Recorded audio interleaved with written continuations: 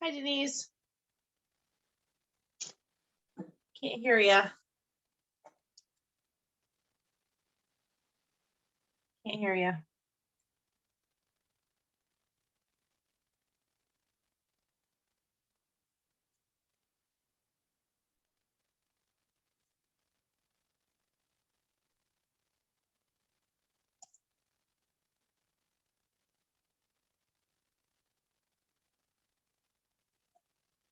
It asked me if I wanted to use a computer audio. I don't know if maybe that's where you're getting hung up.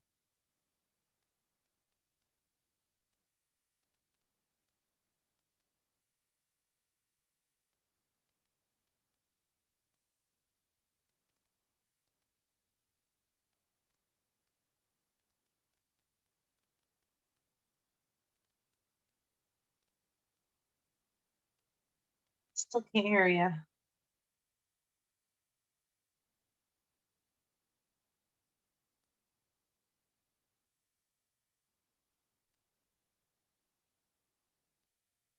Maybe try to go out and then come back in and kind of pay attention to when you come in. I had to click a button that says to use computer audio. So maybe you just missed that. I can't hear you. You can use the chat if you want.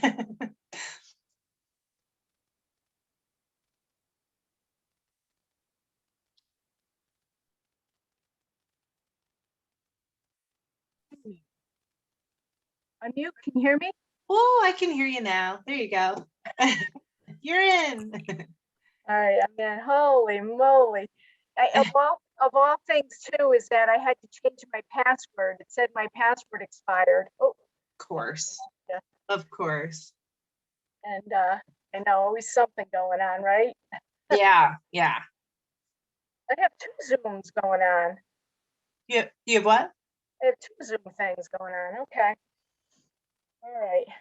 So long day, Katie. Oh, no. I know. So I'm glad we're on. Yes. And I see Christina's on, so she's the one that hosts the meetings. And it Okay, looks that's like Kevin Jambowski. So there's people starting to call in. Oh, okay. Oh. We don't get started until a few minutes after 6 usually anyway. Oh, okay, that's good. So it'll give me an idea. Okay, that's good. So I did. Yeah, that. so I got an email from Jamie this morning, and she was like, so I guess Cam's working on the answers, but I guess that's the route we're going for now. And I'm like, what? No, Denise is calling in, and she's like, oh no, really? I didn't know that. She's like, we're still working on communication and how we're gonna make this work. Go ahead, go. I'm gonna kick my dog out. Hold on. Go, go, go all the way. Yeah, I'm in the same situation. If for some reason I have to get up for a minute, it's because I have to put my dog out. Yeah. Because I don't want him doing his business in the house. I know. My poor dog. My dog's 13, and she's an overweight lab. We just built a ramp for her because she can't even do the one step down to the backyard anymore. Okay. So it's getting sad. I actually called the vet today because I want to take a look at her because I don't. We've been preparing my daughter. Like, there's gonna be a point where, I don't know how much longer we're gonna have her around. And luckily, my daughter, she grows around. She's grown up around.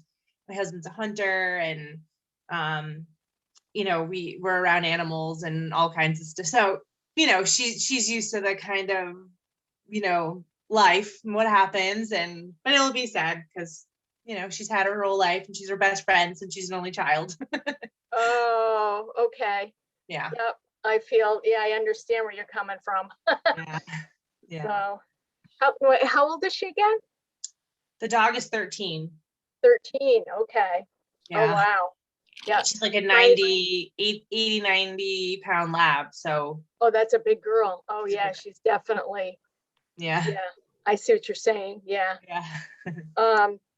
So my boy, he's a beagle and he's 16 years old.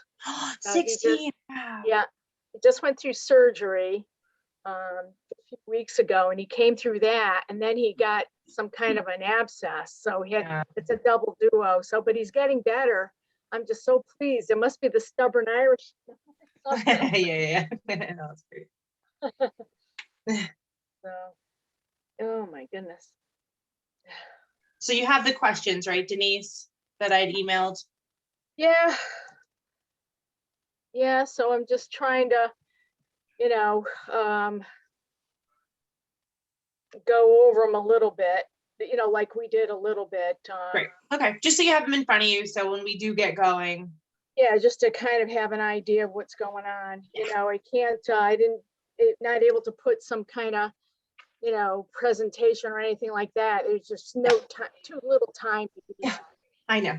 It's, But, and it's, it'll be fine. This will be more of a conversation, but yeah, I think let's it's have more of a, that'll be good if it's more of a conversation and getting to know you and just, yeah, you know, yeah. touching on some of the basics.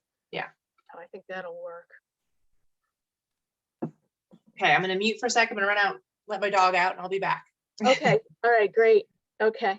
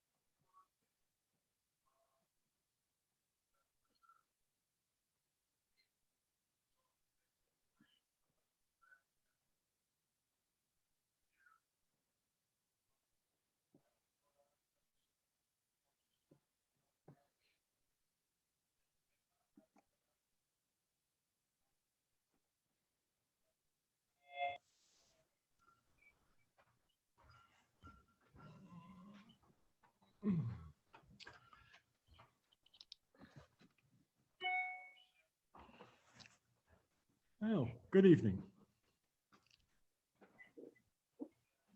Can you hear me? Can Yes. everybody- Yes. I had a little trouble getting on tonight, so I'm sorry for being late. Is everyone here? I see our guest speaker is here. Katie, thank you for that. Katie, you're offline as far as voice. At this point in time, I'd like to call the meeting to order. It is 6:01 p.m. on Tuesday, March 16th. I'd like to do a roll call at this point. Allison Angelini, Present. Russell Holmberg, There we go, present. Mike Morelli, Present. Katie Uhas, Present. William Thorne, Present. Steve Martik. Present. Okay, at this point, are there any citizen comments? I'll hold it open to the community.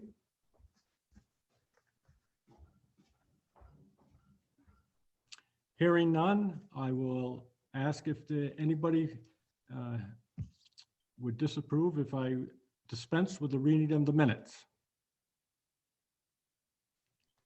Hearing none, are there any adjustments to the minutes? Hearing none, I will entertain a motion to accept the minutes as distributed. Second, Bill Thorne. Oh, I'm an alternate. I'm not sure I can do that, but I actually you can't, to tell you the truth. Yeah, I'll Russell Holmberg, I'll make a motion. Okay, we have a motion on the floor to accept the minutes as distributed. May I have a second? I'll second. I'll second. Sorry. All in favor? That was Katie. All in favor? Aye. All opposed? So carried. On to the unfinished business. We have a special guest here. We have Denise O'Mara, whom Katie Uhas was able to invite to our meeting, so we're happy to have you. As you know, we have some questions, and I guess we have brought some questions to you. So at this point, I would like to just, if I could, just ask you to kind of give a little insight on the information that you may have. Okay. Hi, everybody. Thank you for having me come to your meeting. So would you like me, Katie was kind enough to forward some questions. So I was just going to kind of go over those, if that's what you'd like me to do, to touch base on that. I think that's a good place to start. Okay. All right. So basically, I think what you're doing is, you're interested in the Community Farms Preservation Program. And some of these questions, I'll go over these first, I guess. It talks about the PA 490 status for farms. That is something, you're talking about the tax benefit and whether or not it should be profit for hobby. The Department of Agriculture doesn't have jurisdiction over PA 490. That is actually with the town itself. So every town is a king in their own court, so to speak. And you would actually would have to deal directly with the town, who's ever, I don't know who is head of the PA 490, commission. I don't know if it's the assessors, planning and zoning. I'm not sure who it is, but we have no jurisdiction over that as far as that goes. I do want to add one thing, Denise. I was talking to Jamie the other day, and she said that Joan, I don't know if you guys know Joan from the Connecticut Farm Bureau, she's doing a presentation on the 31st, all about 490. So I can report back to you guys if you want to attend that. There'll also be information in our weekly ag report that the state puts out. I can also put a link to that if you'd like to be a part of the ag report and kind of get updates from the state. But I know, Denise, the other day when we talked, you didn't have much information on the 490, so I did a little more digging, and I think the next best thing is to sit in, anyone interested to sit on that meeting that Joan's going to be having. Yeah, I think that's a great idea. Because the PA 490, they actually have their booklets, I guess, probably right at the town hall. I don't know if we have any on hand, to be able to send, but I think that's something that you could pick up. I do know that when a farm is preserved, they would apply to go under PA 490, which will give you a tax, credit because you're a preserved farm. And if you are a farm, there's 2 routes to go. I don't want to really get into this because I'm not the expert on this. Joan will be, either for farmland or for open space. And my understanding is if you say you're a working farm but not preserved with a land trust or the state of Connecticut, you do need to be an income producing farm. But that every town has their criteria, and I think it'll be excellent for the the board members to sit in on that webinar that's going to be offered.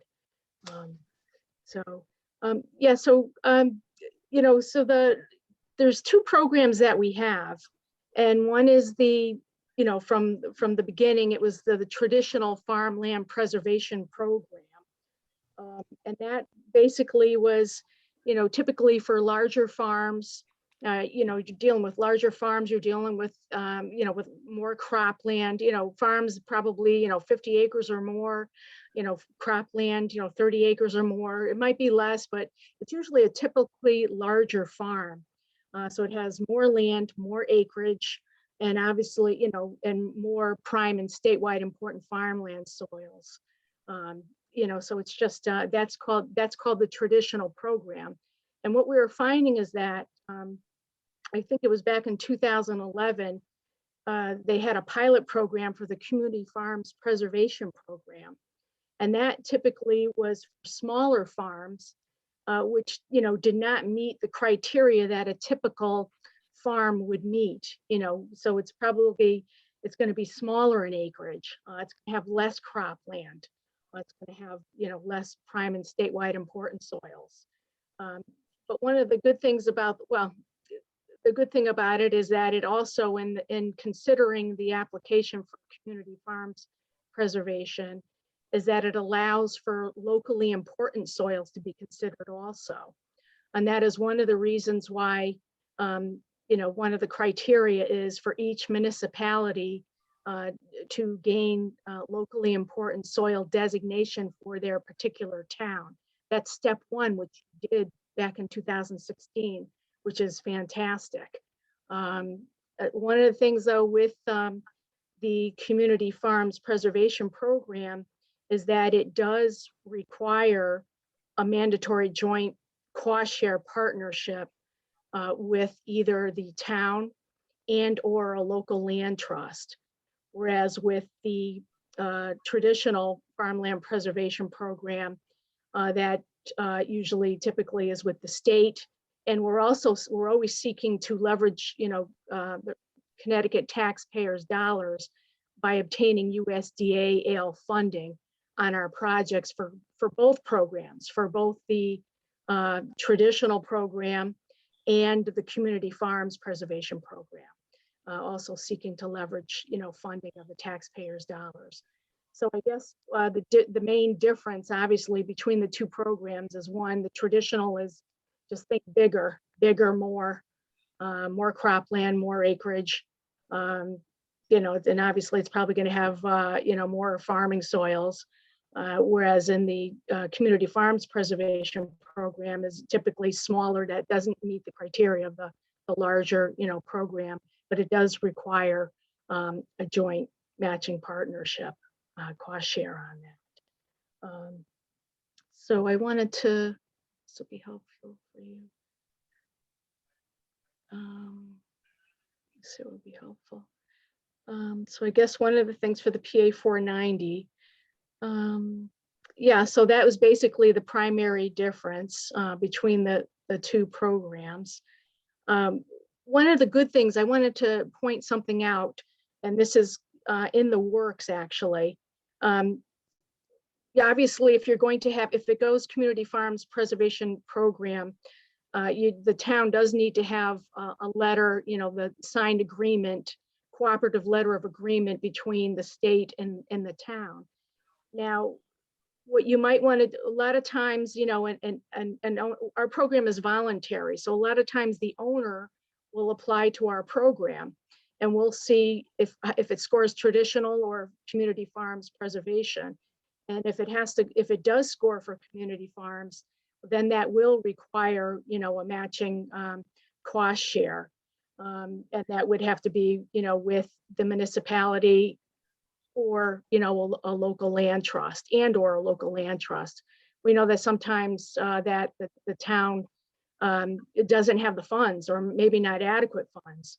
So that's why there's leeway with, to have a land trust involved.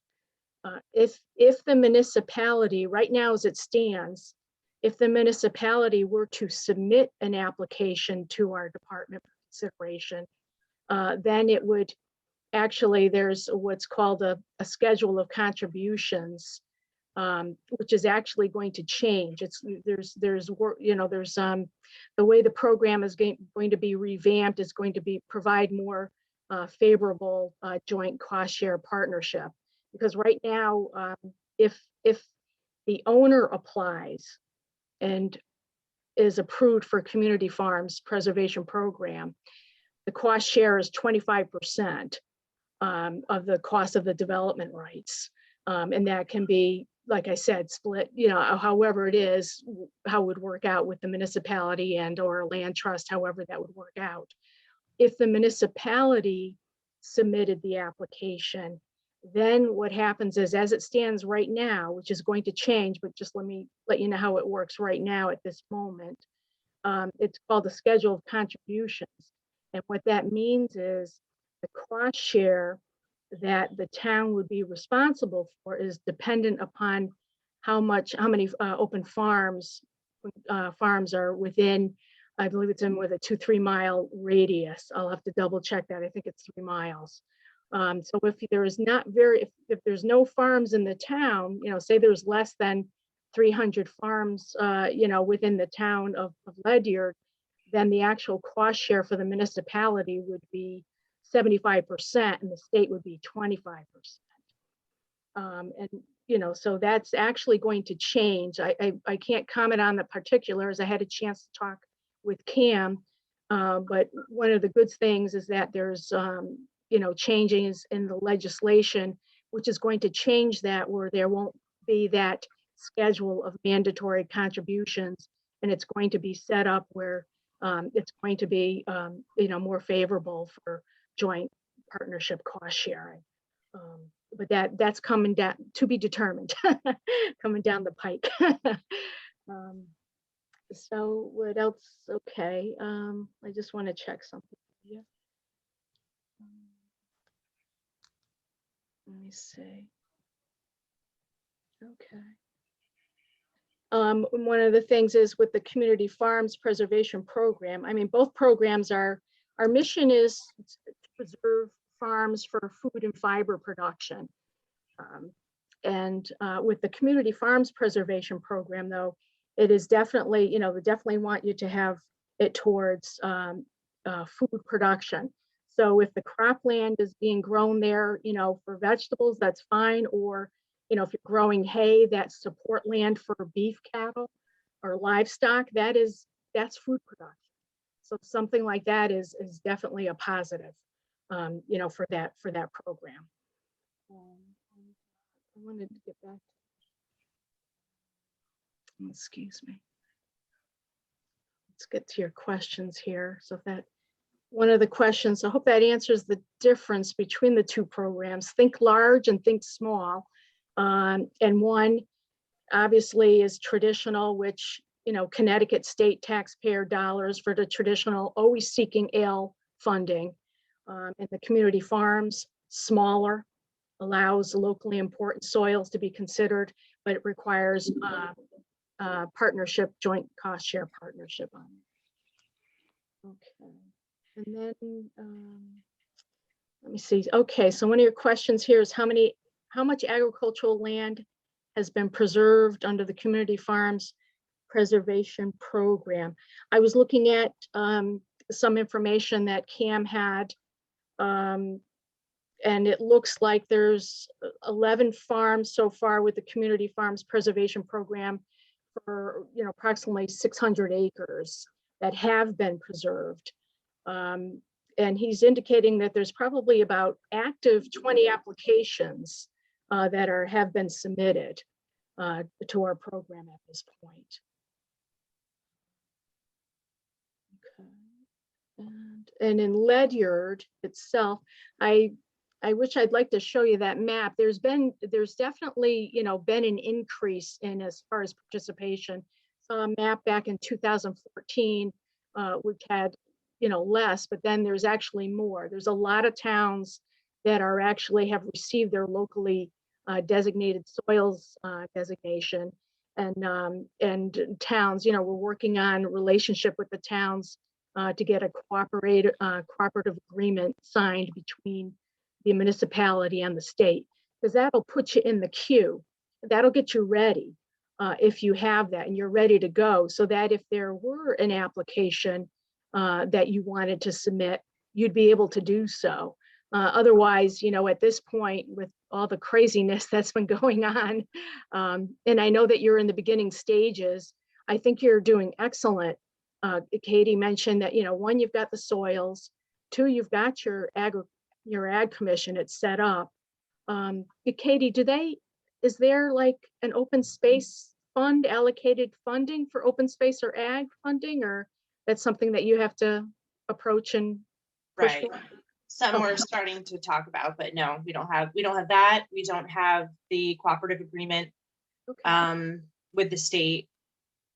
So we're still at the beginning stages of And all. that's fine. Yeah, and that's fine. And I believe, Denise, I believe that you had sent me back in December, there was 4 farms, like you sent me, like, I think it was called like the stewardship list, or I forget what you called it. But I think those are the 4 farms in town that have gone through the process, right? And that are preserved. They went, right, but they're under normal preservation. Got it. Okay. Right, none of them went through community farms preservation because they're all older. They were, preserved back in earlier years, I should say. Right. It looked like, because I looked quickly before, and it looked like they were like 85, 86, 90, 1990. And so what you were saying with that, it's been updated. So there's some that are under the community farm program since then. Not in the town of Ledyard. Oh, gotcha. Okay. Sorry, I misunderstood. Yeah, I apologize. Yeah, in the town of Ledyard, I did some digging. Right, just to verify, there was the 4 farms in Ledyard that have been preserved, for about a total of 302 acres. So say 300 acres just around. Okay. And that was before the pilot program was put into place.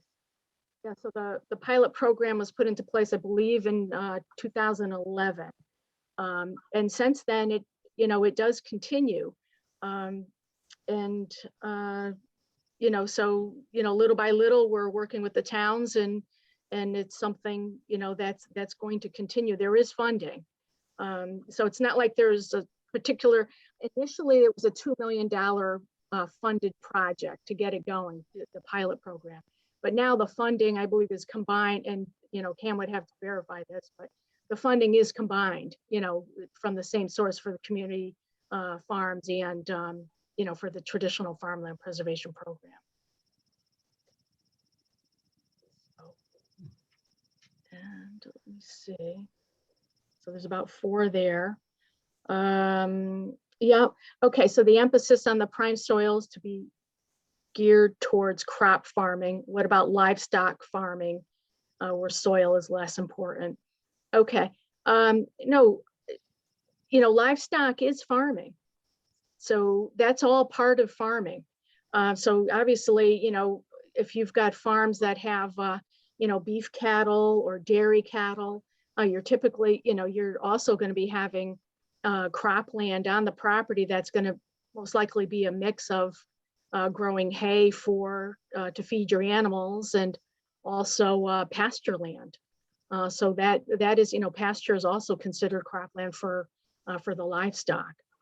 So our mission, it really comes down to, it really is about the soils, farming soils, because, if you've got good farming soils, then there's so much that you can do with it, as far as farming and your crops and, allowing to do the different types of farming that you like to be able to do. But that, like I said, with the Community Farms Preservation Program, there's also locally important soils that are taken into consideration. With the traditional program, you've got the prime and statewide important soils, which are the top 2 tier, those are the top farming soils. And with the smaller, Community Farms Preservation Program, NRCS allows, it allows for it to be considered locally important soils, which actually helps. Those are good farm. They're given less weight because they're not the best of the best. Let's put it that way.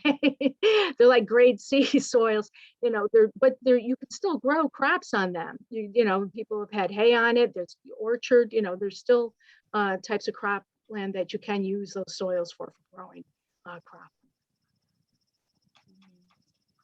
Okay.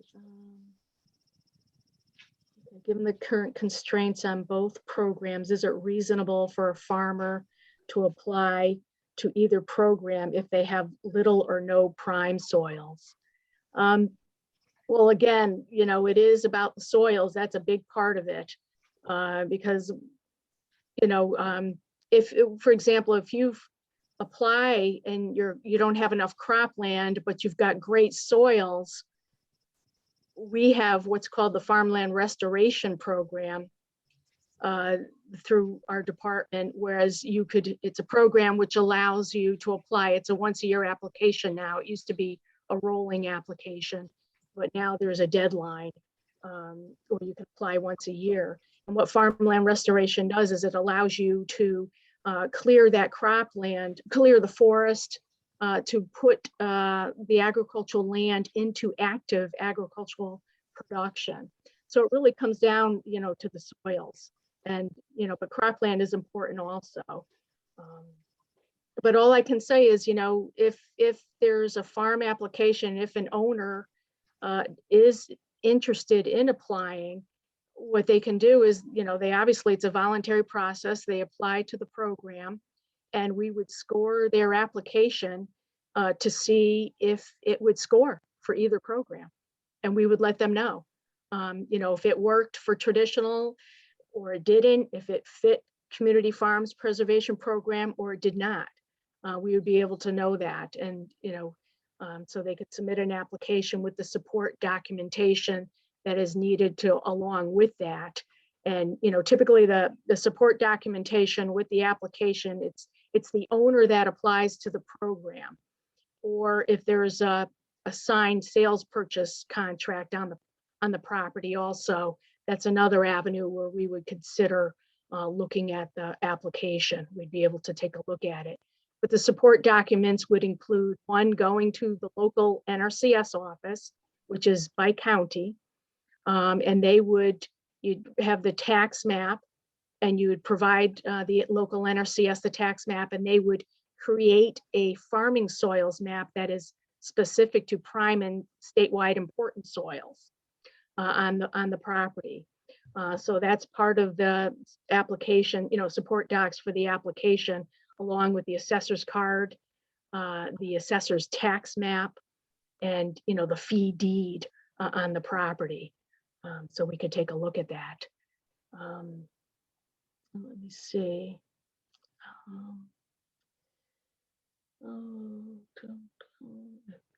Okay, yes, we've been around for a long time, which is a good thing. It's a good thing. We're going to be in perpetuity. And, the goal is 130,000 acres, and, we are moving along. We've got we have a lot of active applications that we're, going through. And what people need to realize that it's costly and lengthy process. So people need to have time on their hands. And we're also dealing with, when you're dealing with joint partners, when you're dealing also, like I said, with AIL funding, every application we are trying to submit for it to be eligible for AIL funding, to be responsible to the Connecticut taxpayers. So, we're able to receive 50% of, reimbursement. We need those dollars to be able to, to be able to help with the funding and to allow us to preserve more farmland in our program.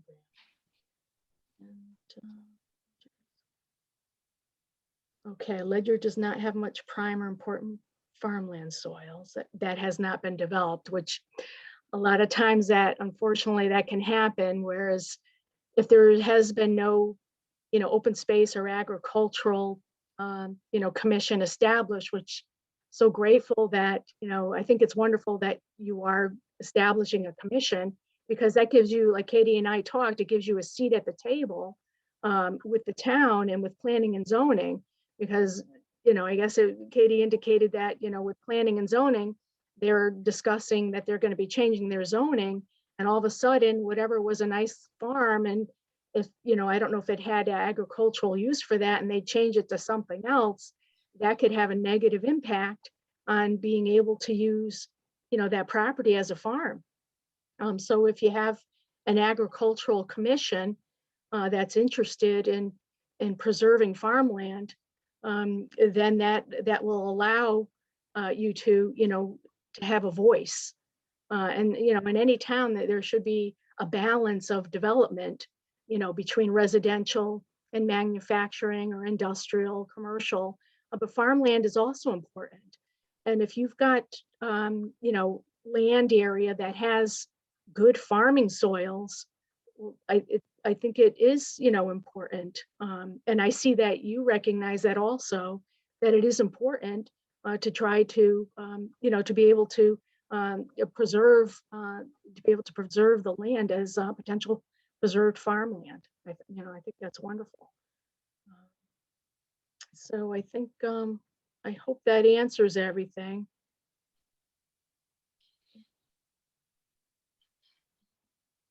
Denise, I learned so much. I'm trying to see what else I can. Well, you sit so close at work, and I don't know what you do. Well, you know what? I didn't have time.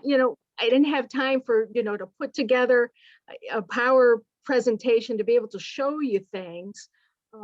So I'm digging through all kinds of information to try to be able to to show you what's going on, to see what's going on here. But I think you're doing the right thing. I really do. You're doing the right thing. You got your local soils designation. You've established an ag commission. So now I think, I guess what it is, you're going to be doing an inventory. With NRCS, you've got the locally important soils, and there's also a map which will show where the locally important soils are within your town. There's actually a map that actually shows it. And I wonder if you could contact your local NRCS.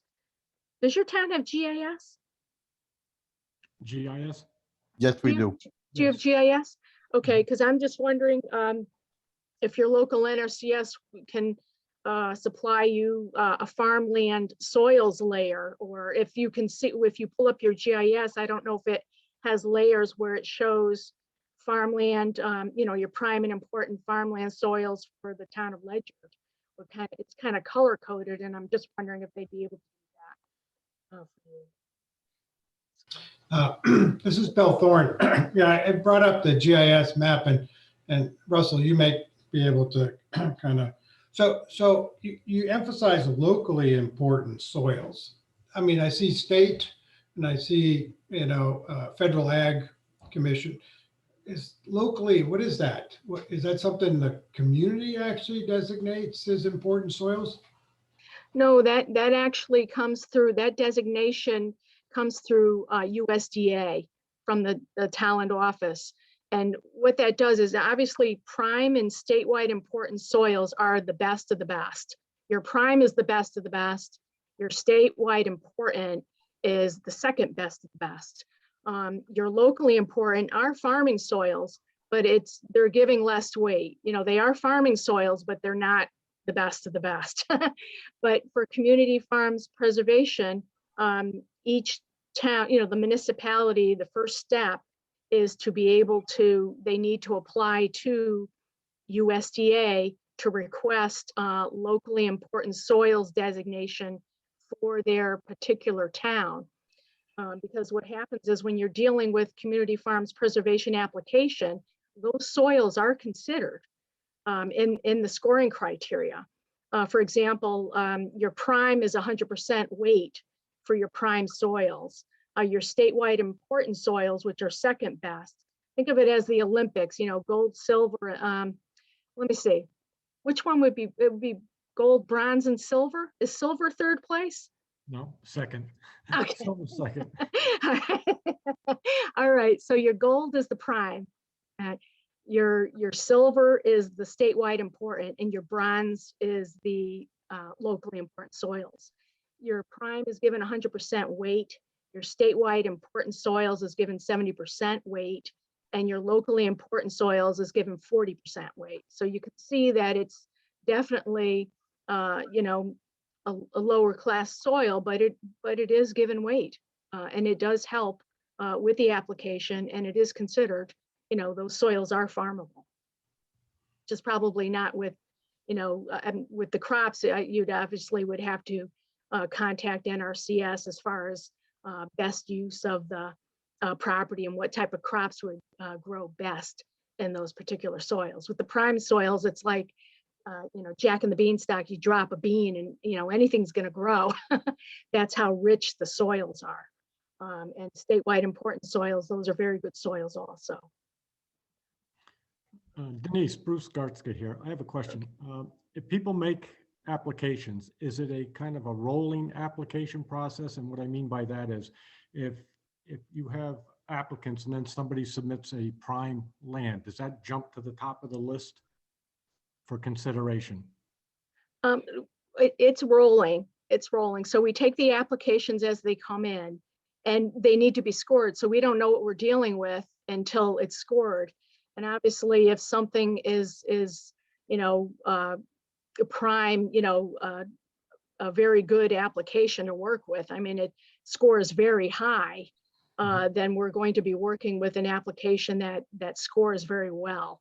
And, you know, as far as other, you know, applications that have minimal scoring, we're still going to deal, you know, we're still working with them, but, you know, we have to deal with the best of the best. Unfortunately, it's voluntary, but it's also competitive, I guess, you know, because we really need to try to work with best of the best.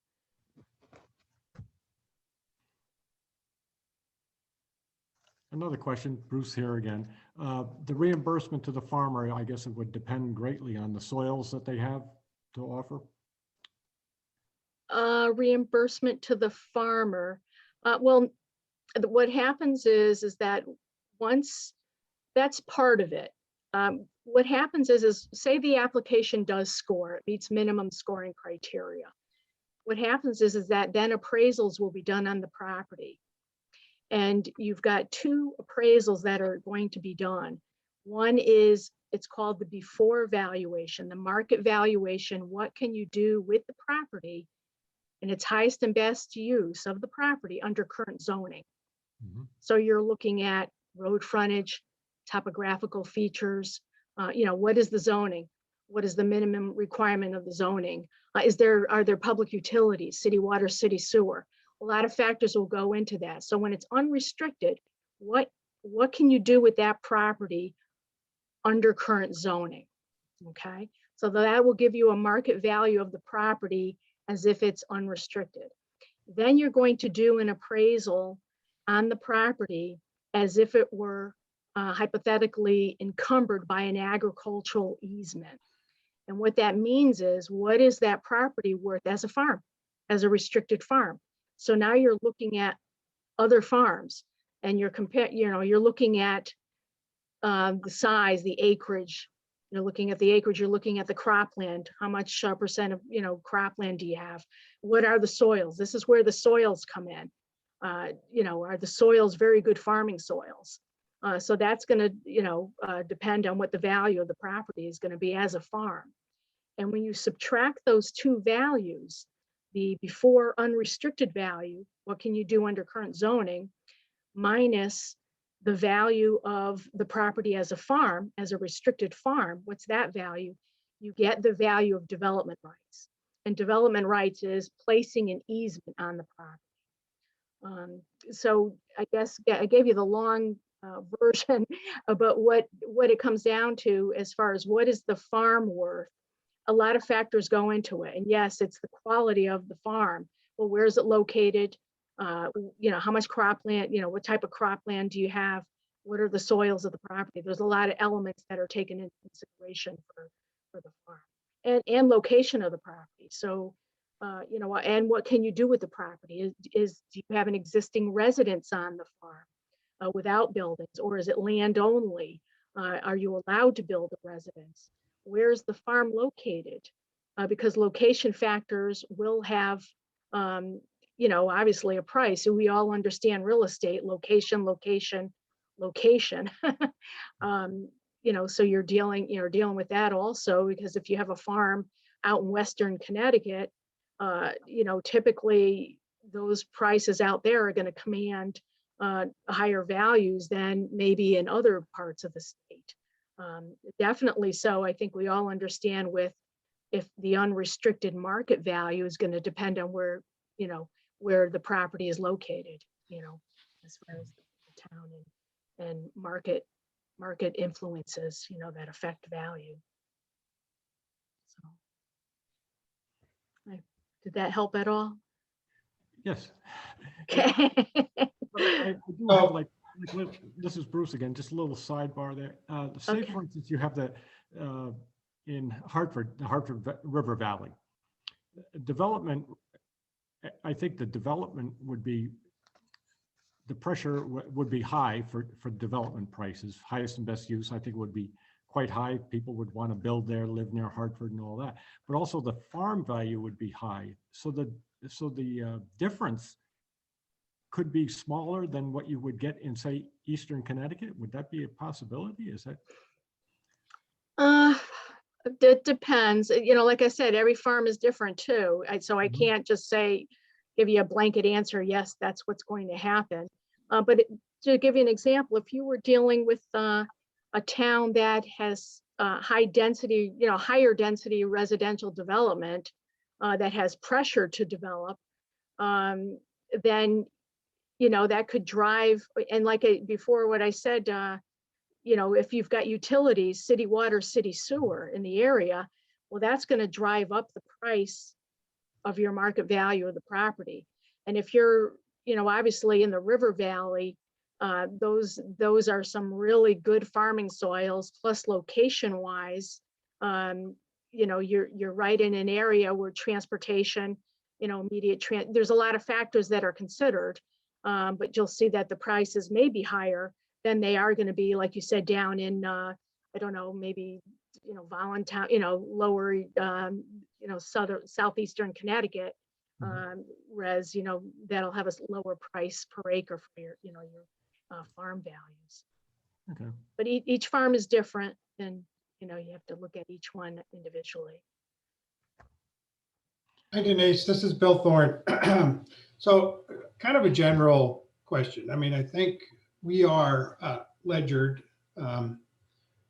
doesn't have a lot of prime soils that are not already developed. I think Russell pointed this out. One of our biggest prime areas are the Highlands, and it's populated with houses. It's too late. That's over.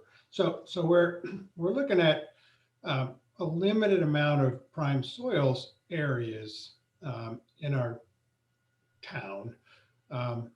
And there's even less that are over 30 acres. So we're talking about the community farms preservation program. I mean, what, you know, so our mission sort of as the commission is to go out and sort of try to get people to sell their development rights. I mean, that's, if you look at the ordinance, that's where our primary mission is. But it doesn't even seem like a reasonable mission for Ledyard, given the restraints that we have. So, one of the questions I asked is, well, what would you suggest? I mean, one of the reasons I asked that question about why we're only at 35% of the 130,000 acres that we were trying to preserve, what do we try to do as the commission to try to instill some of these farmers to come on board? Because it obviously, there's a lot of restrictions, prime soil being, I think, I mean, it used to be acreage, but now with the community farms, it's more the prime soil things. I talked to Paul Mago, who has, owns property as a vineyard, and I guess he's not in the prime soil area, and he was basically told, don't bother applying. I'm phrasing that kind of, I don't know if that's really true, but that's sort of what he said. So I'm wondering if we're just are we wasting our time?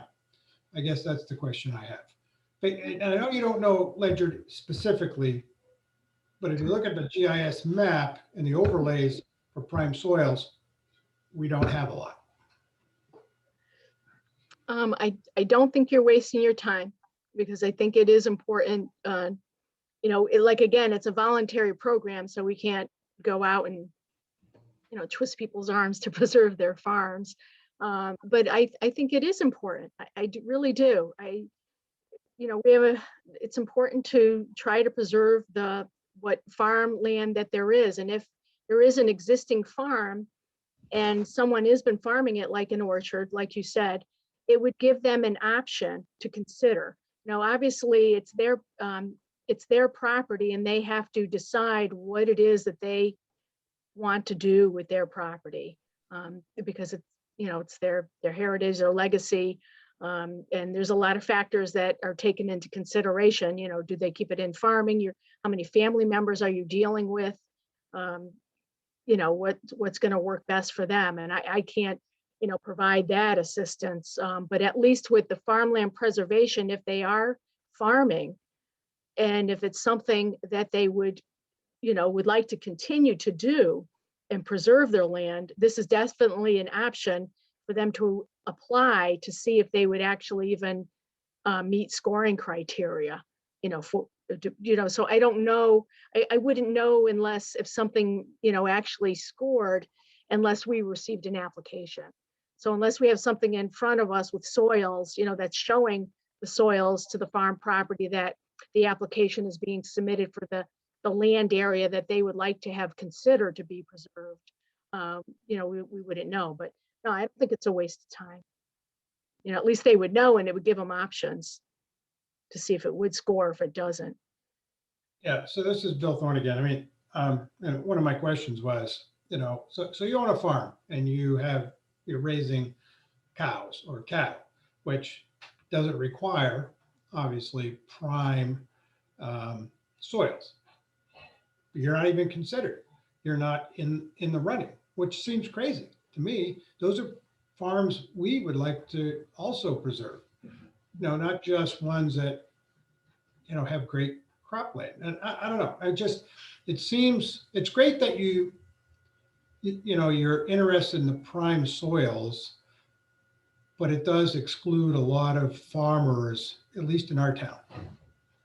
Well, I think that's why the locally important soils comes into play, which actually will help, with the application and scoring process. So say you have a farm with livestock, so your cropland is going to be pasture.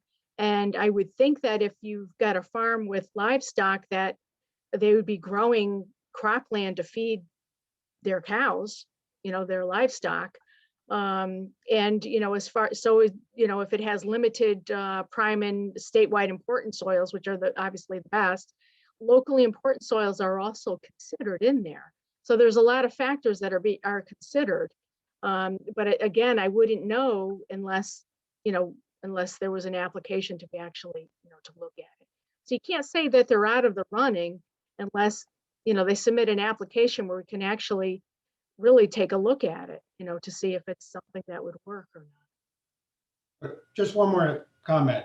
But I sort of feel like we're trying to encourage this, and we need to come equipped with, sort of a, hey, this is reasonable or it's not reasonable. And, I don't want to go out there and, build up somebody and then find out that really, they don't meet the criteria. It's a waste of their time. And I sort of feel like that's where we're at. I mean, if you take the 30 acres or above, or the less than 30 acres, the community farm, the prime soils, the town contribution, which of course you don't, know how that is. I mean, I'd like to be able to walk up to a farmer and say, you got a good shot, or, yeah, you can go ahead and apply, but you probably don't have a good shot, which I think the latter category is a lot of electric. Just my thought. Yeah, again, for me, I say, don't say no until you know. And again, you're not, I don't think it's our responsibility. Like, it is a voluntary program. So I wouldn't, feel like you have to go out and, try to get them to apply. But it's allowing, I guess, an option for them to consider. If that's something that they wanted to do, is to see if, if they wanted to preserve their farm, then, obviously if they think about it, then it gives them an option to be able to apply and see if it would, if it would score, if it would meet score and eligibility. Bruce Gartzke here again, Denise. Question. Talking about scoring, is there some kind of scorecard that you use? Is there a physical piece of paper that you would go down and say, okay, it's got this, check, it gets plus 10 points, or it has this, it's -3. Is there something that's available that we could oversee, and maybe we could look at some of our own properties around here, around town? To see how it would work. We do have a scoring sheet for Community Farms Preservation Program. So that's something that I could discuss with Cam and see if that's something that we could forward, supply to you, to give you an idea of how an application is scored that comes in. Thank you. You're welcome. Denise, I have a question. The role that the town plays. So, say we take a look at things and we're like, wow, there really isn't much here. But someone pops up a couple years from now and says, you know what, I do have a small piece of land, I could make this work. Are they able to go right to the state? Like, does the town, I'm just trying to see like what role the town plays. I know in some towns, the Ag Commission plays a big role because they have all this funding, because they have all these farms that are part of this program. But say we determine there's not many farms in town that would really even be eligible. Say we get the scorecard and we're like, wow, there's really not many. Can people still come straight to the state without having support of the town? Yes. So, if someone is interested in applying, they can apply to our program. And again, we'll see if they, if they score traditional or Community Farms Preservation Program. And if it has to go Community Farms Preservation Program and they score for that, then that's when we will need to have a joint cost share with either, the town or a land trust. So if the town is not, we recognize that if the town does not have funding, or, if they're not able to cost share, then it's going to have to be a land trust that cost shares. So someone, the joint partner is going to have to be somebody, either, like I said, the municipality and or a land trust that would have to cost share in the mandatory joint cost sharing for the towards preserving the farm. Okay, so to add on to that question, what is the benefit to having a cooperative agreement from the state, the town to the state? You actually need to have that agreement in order to work with the Community Farms Preservation Program. you have to have that in place. Okay, so say there's a farm 3 years from now that says, okay, I'm gonna go to the state, I score, then we would have to come in and have that agreement done before they could actually move forward and have their land preserved. Right, and I believe so, but that is something that I will, and I would like to also confirm, because if the town does not, not able to participate as a joint partner, but there is a local land trust that is able to, I will look into that. But my understanding is that there needs to be a signed cooperative agreement between the state and the town to be able to work with the community farms preservation Got it. program. But I will need to verify that. That's something. Okay. Okay, thanks. That's a good question, Katie. Thank you. I have another question, Denise. Bruce Gartzke here. Like, and when you're talking about sharing, cost sharing on the community farming program, and the state would have a part of the share of the cost, and then a trust, could the owner of the property pick up that difference instead of a trust? The owner of the property. I mean, so, and what I mean by that is, say for instance, the funds that he would receive would be less, but it would match. He would be the match. Would that be a possibility?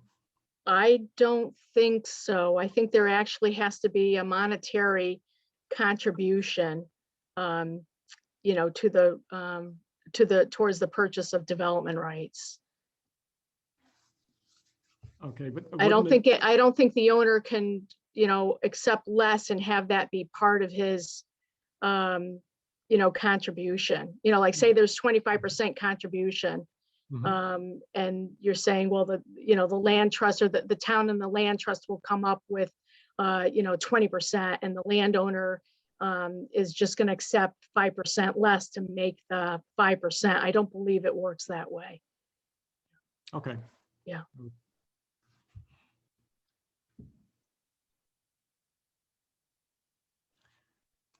Are there any other questions for Denise? Yeah, I have a question on as far as the cost to the farmer. And Russell? Yeah. So is there any cost associated to the farmer in process? Is there any money kind of in jeopardy? I know you'd mentioned briefly that it's a costly process, but is there an application fee? Let's say I've right behind me 50 acres of prime soil, and I want to put that in farmland preservation. How much money would I need to have in the checking account before it would get refunded back to me? Do you follow that? Yes, and yes, okay. It's a voluntary process, and there's no application fee. The costs that are incurred are actually on our end. So what we, say for example, the application scores. The next step would be, obviously to visit the farm and do a site configuration. Then we would do what is called a preliminary title, in-house preliminary title, and we incur that cost. So now, to give you an example though, if the owner needs to present clear title prior towards moving forward with the application process. So that's why we need to know what's going on. There's fee ownership with that property. Nobody's coming out of the woodwork that we don't know about. Everybody's on board to consider, this is the application and we are the fee owners of the property. So if the preliminary title is clear, then we'll move forward with the next step of the process, which would be conducting appraisals, which we incur, the state will pay, or at times, the joint partner may, chip in and, pay for the appraisals, pay for the survey, but all the costs are incurred by the state, and, and whatever, possibly whatever point that a joint partner may wish to, be willing to participate. Where there is going to be costs on the owner's end is, one, say the preliminary title was not clear. It's the owner's responsibility to present clear title. So that would entail the owner or owners of the property to work with their attorney to be able to present clear title prior to moving forward. So obviously that would be, a cost to the owner for them to present clear title. And then I don't know what types of costs, are at the end where, you obviously, when it comes time for closing on the property, we have our attorney, but our attorney obviously is going to reach out to the owner's attorney. And obviously, I think you're going to have related costs there when you're working with your attorney. But the costs are, basically incurred by the state, or, if a joint partner is participating also, and that deals with preliminary title, the appraisals conducted, the survey that's conducted on the property, that type of thing. And we have our own closing attorney. And obviously the owner would be working, our closing attorney would be reaching out to the owner's closing attorney. That's good. That's good news. I assume that would be things like a survey would be at the owner's expense. So that's encouraging. I'm glad to hear the state's picking that up. No. So that's why it's costly, and it is a lengthy process. Once a property scores and we're able to look at, come out and visit the farm, and to conduct a site visit and also discuss a proposed farm property configuration, what's in, what's out, if there's anything out, what is going to be the application, the farm application considered to be preserved. Then we move forward, and once there's signed acceptance of that, it could take up to 2 years. So it is a lengthy, it's like I said, unfortunately, it is a lengthy process, and costly, and obviously the steps along the way. If what moves it along, obviously, if there's clear title, so when you have issues like unclear title that needs to be addressed, if something's in an estate that needs to be rectified, that type of thing, that takes time. Or if there's a configuration that's presented to the owner and you're thinking about it, well, the ball's in the owner's court, and because you need time to think about it, because obviously this is a big decision and you need to seek your own legal counsel as to, if you're going to move forward, if this is good for you. And then obviously once the appraisals are done and an offer is made, again, when a commissioner will make an offer, again, the ball is going to be in your court for you to also, again, advise you strongly to seek your legal counsel to think things over, think things through, and, to be able, and then, and that takes time for you. So that's all taken into consideration. And the survey does take a long time to, it's not, they don't run out there and run around and put pins in, it takes time to actually, we have to do an internal bidding process, which administratively takes time because we go with a competitive bidding process and a formal award, and making sure we get all the documents for a formal contract to be assigned. And then the surveyor has, 3 months to do the job, to provide a draft, which then has to be reviewed, and it just is discussed with the surveyor. And then as we move towards closing, the deed has to be written up. So there's a lot going on there. And if there's AL funding, which I said we always seek, we're also dealing with USDA and their deed requirements. So it's a complex process, but it's worthwhile.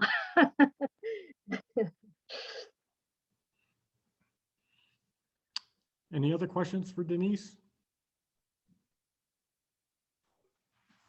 If not, I'd like to thank you, Denise, for meeting with us tonight. Very informative. I think we learned quite a bit, and I appreciate you being here. And I thank Katie for inviting you. I thank you very much, Katie, and thank you very much, Denise. Well, thank you very much. Thanks, Denise. Okay, thank you very much. It was a pleasure speaking with you, and I'm pleased that you've established an ag commission. So you're definitely in the right direction. Oh, thank you. Going on, we will, I don't believe we have, oh yes, we do have some old business, but I think we've discussed most of the old business or the unfinished business. Is there anybody that has any questions on the other unfinished business that we had this evening? I think Denise touched upon quite a bit of it. Bruce, just where are we with the farm survey? Are we going to go out with that? I met and with Christina, we put the blip in for the events magazine. And what I would like to do under the, well, I was going to bring it under new business, but we'll do it under the old business, is that I'd like to, I know you submitted some questions for the survey, and I would like anybody else this time to submit some questions for the survey, so that next meeting, we can actually make the survey and get it mailed out to the farmers. That's my goal, so that we can get that information as quickly as possible. And then I believe the next events magazine is also going to have a QR code there where people can read questionnaires and more information that will be available on that site. But the basic questionnaire, I'd like to get the questions in this week, either email to me or Christina, and then we will finalize the list of questions, hopefully next meeting, to get it mailed out.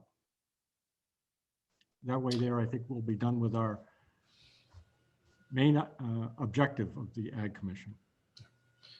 This is Bill Thorne, and I'll go ahead and put in some input, but now that we know more about the community farm preservation program, which I think the emphasis was in the Connecticut farm preservation program, maybe we can roll that in to the questionnaire so that people that don't have 30 acres won't look at this and say, well, it doesn't apply to me, and just throw it away.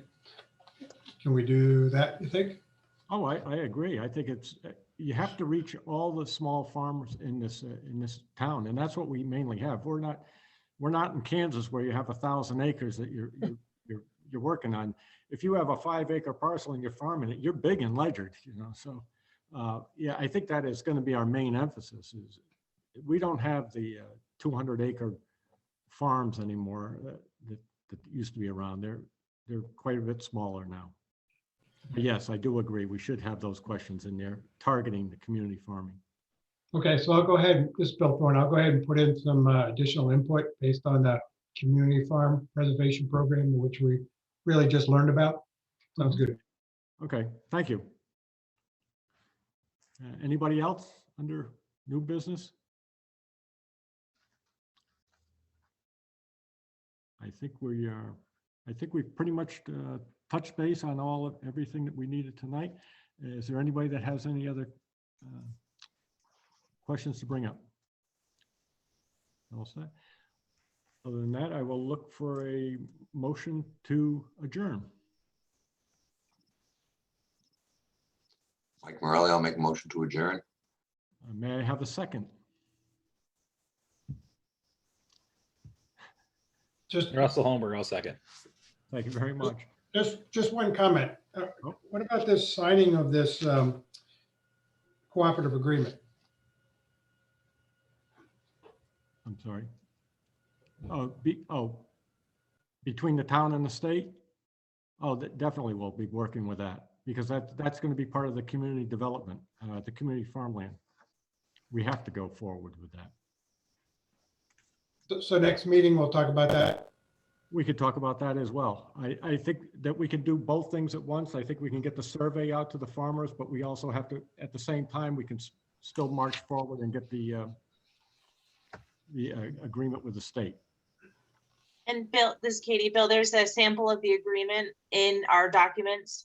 I'm not sure if you can get to them or not, but I can send them if you need them. I saw it. That's why I questioned. It seems benign and almost seems like we should just go forward with that agreement.